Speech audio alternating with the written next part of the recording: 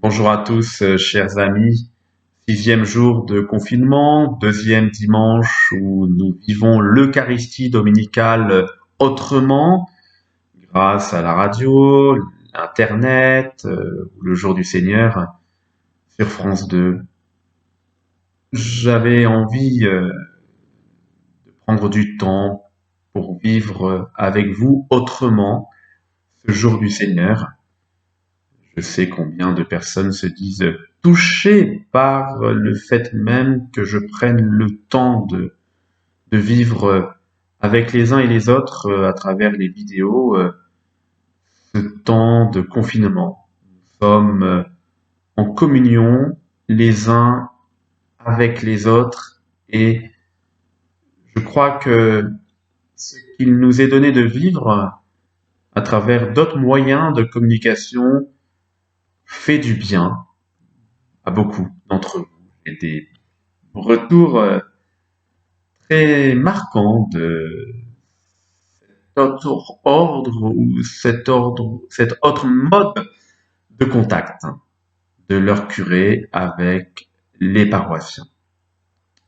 Prenons le temps de nous mettre en prière en ce dimanche. Au nom du Père et du Fils et du Saint-Esprit. Amen. Prenons le temps d'accueillir l'évangile de ce dimanche. Gloire et louange à toi, Seigneur Jésus. Le Seigneur soit avec vous et avec votre esprit. De l'évangile de Jésus-Christ selon saint Jean. Gloire à toi, Seigneur. En ce temps-là, un homme, en sortant du temple, Jésus vit sur son passage un homme aveugle de naissance. Ses disciples l'interrogèrent, Rabbi, qui a péché, lui ou ses parents, pour qu'il soit né aveugle? Jésus répondit, ni lui, ni ses parents n'ont péché, mais c'était pour que les œuvres de Dieu se manifestent en lui. Il nous faut travailler aux œuvres de celui qui m'a envoyé, tant qu'il fait jour. La nuit vient où personne ne pourra plus y travailler. Aussi longtemps que je suis dans le monde, je suis la lumière du monde. Cela dit, il cracha à terre et, avec la salive, il fit de la boue, puis il appliqua la boue sur les yeux de l'aveugle et lui dit « Va te laver à la piscine de Siloé ». Ce nom se traduit « envoyé ». L'aveugle y alla donc, et il se lava. Quand il revint, il voyait. Ses voisins et ceux qui l'avaient observé auparavant, car il était mendiant, dirent alors, n'est-ce pas celui qui se tenait pour mendier? Les uns disaient, c'est lui. Les autres disaient, pas du tout, c'est quelqu'un qui lui ressemble. Mais lui disait, c'est bien moi. Et on lui demandait alors, comment tes yeux se sont-ils ouverts? Il répondit, l'homme qu'on appelle Jésus a fait de la boue. Il me l'a appliqué sur les yeux et il m'a dit, va à Siloé et lave-toi. J'y suis donc allé et je me suis lavé, alors j'ai vu.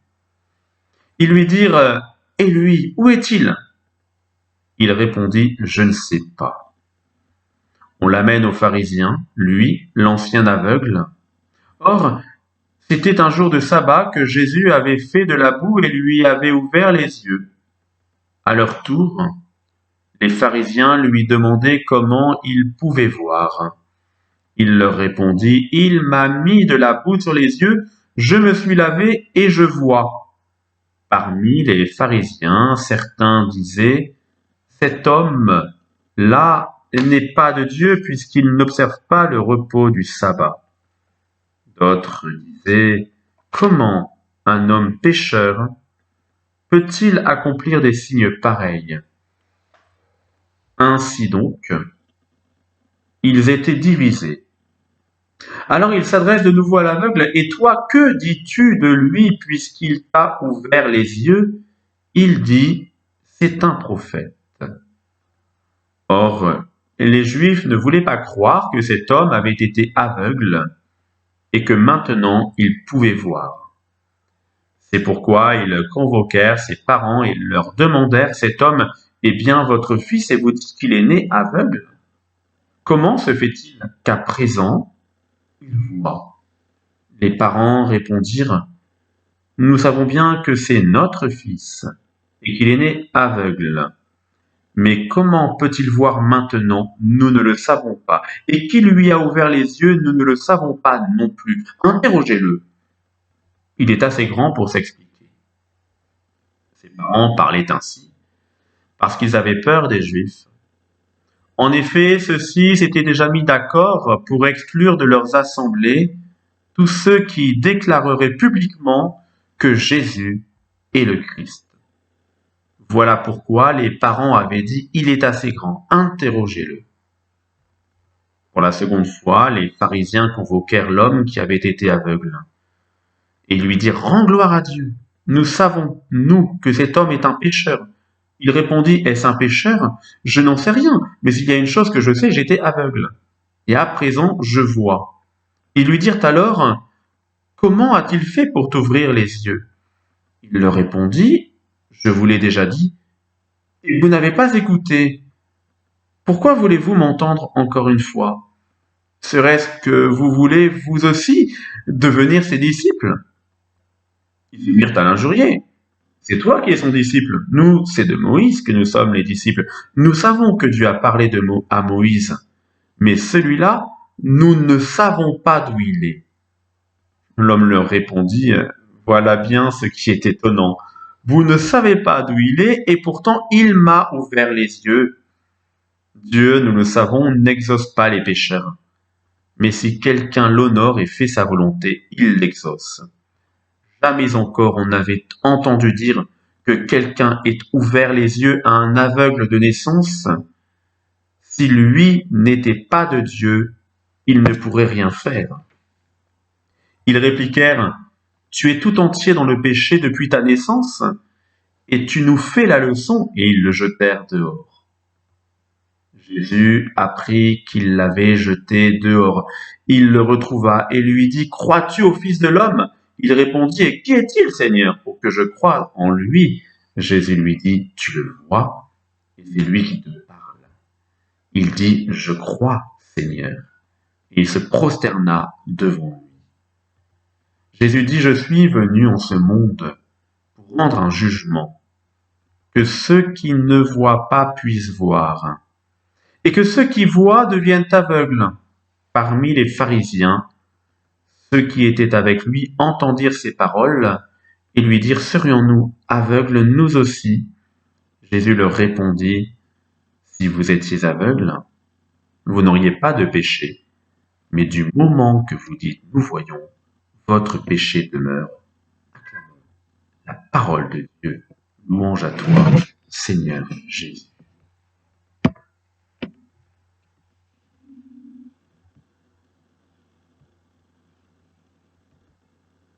Dimanche dernier, Jésus rencontre une Samaritaine puisant de l'eau. Ce dimanche, Jésus rencontre un aveugle de naissance. Dans les deux cas, une proclamation de foi: « Je crois, Seigneur », jaillit à l'issue d'un riche dialogue et accompagnée ici par une prosternation. Cela nous rappelle aux exercices physiques nécessaires pendant cette période de confinement. Pour les disciples, une question se pose. Si cet homme est né aveugle, c'est bien de la faute à quelqu'un. Est-ce ses parents qui ont péché? Est-ce lui? Question idiote. Nous en convenons tous, mais hélas peut-être pas dépassée. Cette crise sanitaire que nous traversons actuellement, les Chinois disent que c'est de la faute aux Américains, les Américains disent que c'est de la faute aux Chinois, débat stupide disent les sages. Et si l'on ne trouve pas le coupable, disons que c'est de la faute de Dieu. Nous devons l'affirmer avec force Dieu ne veut pas cette épreuve. Il ne veut aucune épreuve. Il ne veut pas que des personnes naissent aveugles ni attrapent le virus du Covid-19. Mais, et je reprends les mots du père Emmanuel Lafont, évêque de Cayenne, dans chaque épreuve, nous trouvons un appel à revenir vers Dieu et à respecter le double commandement de l'amour. Nous écouterons attentivement l'appel de Jésus à nous faire le prochain de celui et de celle qui a besoin de nous. Fin de citation. Au fond, si nous lisons la Bible, il en est toujours ainsi. Des épreuves, le peuple de Dieu en a beaucoup connu. Certes, ces hommes et ces femmes composant ce peuple ont douté de la présence de Dieu et ont même tenté de se faire leur propre Dieu, mais cela n'a qu'aggravé la situation. Et voilà que Dieu a toujours montré sa fidélité.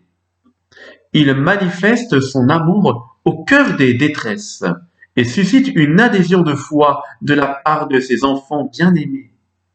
Au fond, Seigneur, tu es le seul à nous sortir de ces ornières. Ce dimanche, c'est bien chacun de nous que Jésus invite à bien mieux saisir, à mieux accueillir les œuvres de Dieu qui se manifestent dans cette épreuve. Étonnante période de confinement qui nous permet de mieux voir ce que nous ne voyons pas habituellement. Et si nous voyons mieux, n'est-ce pas parce que nous consacrons plus de temps avec celui qui nous dit « Je suis la lumière du monde ». Bien d'entre vous me disent « Priez davantage en cette période ». Cela a comme conséquence de mieux voir et même de mieux travailler aux œuvres de Dieu.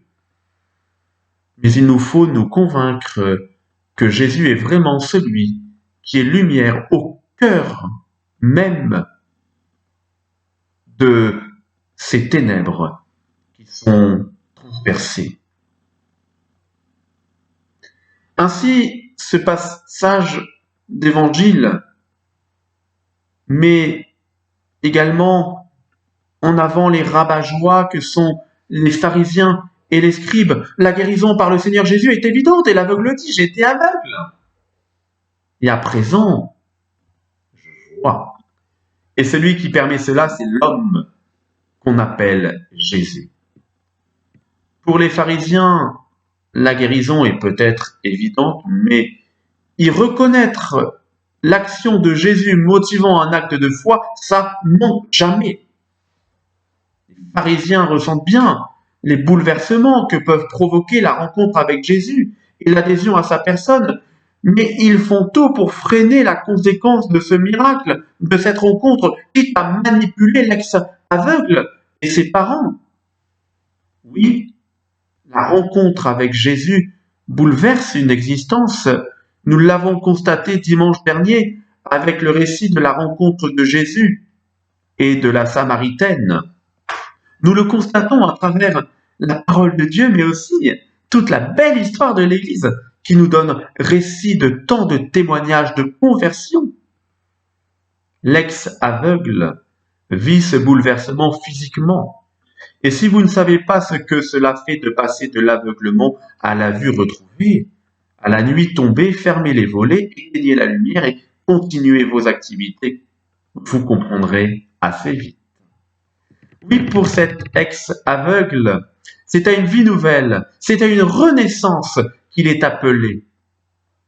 Nous le disons beaucoup en cette période, ces semaines bouleverseront beaucoup de choses dans la vie du monde, de nos pays et en nous-mêmes, dans nos modes de vie et de relations. Nous sommes appelés à une renaissance, nous sommes appelés à une vie nouvelle, à un passage, et c'est exactement ce que signifie le mot Pâques, que bientôt nous fêterons.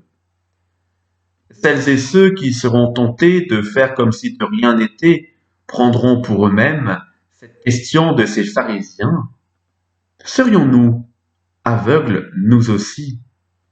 Il est probable que nous sommes aveugles lorsque nous subissons nos journées, mais nous ne le sommes plus lorsque nos relations avec Dieu et avec notre prochain sont renouvelées et parfois même renaissent.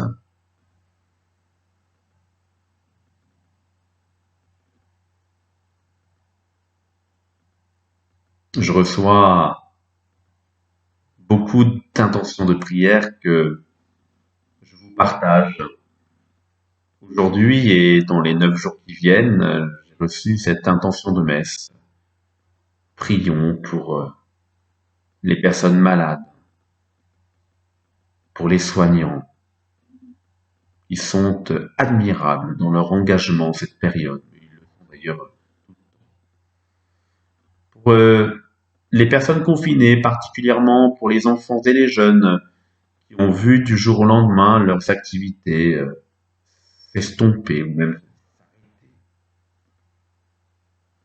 Prions pour Damien, dont les parents habitent sur la paroisse, qui est atteint du Covid-19. Prions pour Héloïse, une jeune mère de famille qui est enceinte de 2 mois, qui est probablement appelée en renfort puisqu'elle est aide-soignante dans les hôpitaux avec un grave manque de protection. Prions pour ces personnes très âgées qui vivent difficilement la solitude. Prions pour nos communautés paroissiales qui ne peuvent être rassemblées en ce dimanche, mais qui vivent autrement ce jour du Seigneur. Pour les hommes et pour les femmes, pour les enfants de la terre, ton Église qui t'acclame vient te confier sa prière.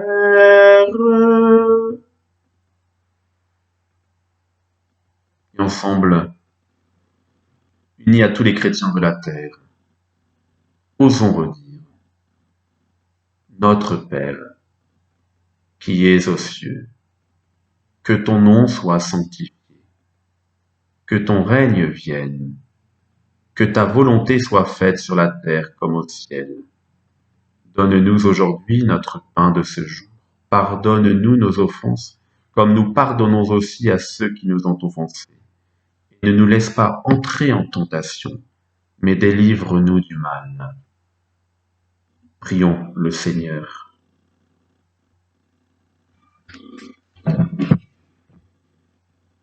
Dieu qui a réconcilié avec toi toute l'humanité, en lui donnant ton propre Fils, augmente la foi du peuple chrétien, pour qu'il se hâte avec amour au-devant des fêtes pascales qui approchent.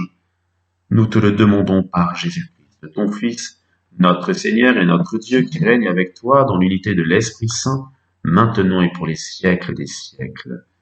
Amen. Bénisse et vous garde le Dieu de toute tendresse, de toute fidélité, de tout amour, lui qui est Père, Fils et Saint-Esprit. Amen. Bien, vivons ce dimanche dans la joie malgré tout et nous nous retrouverons demain.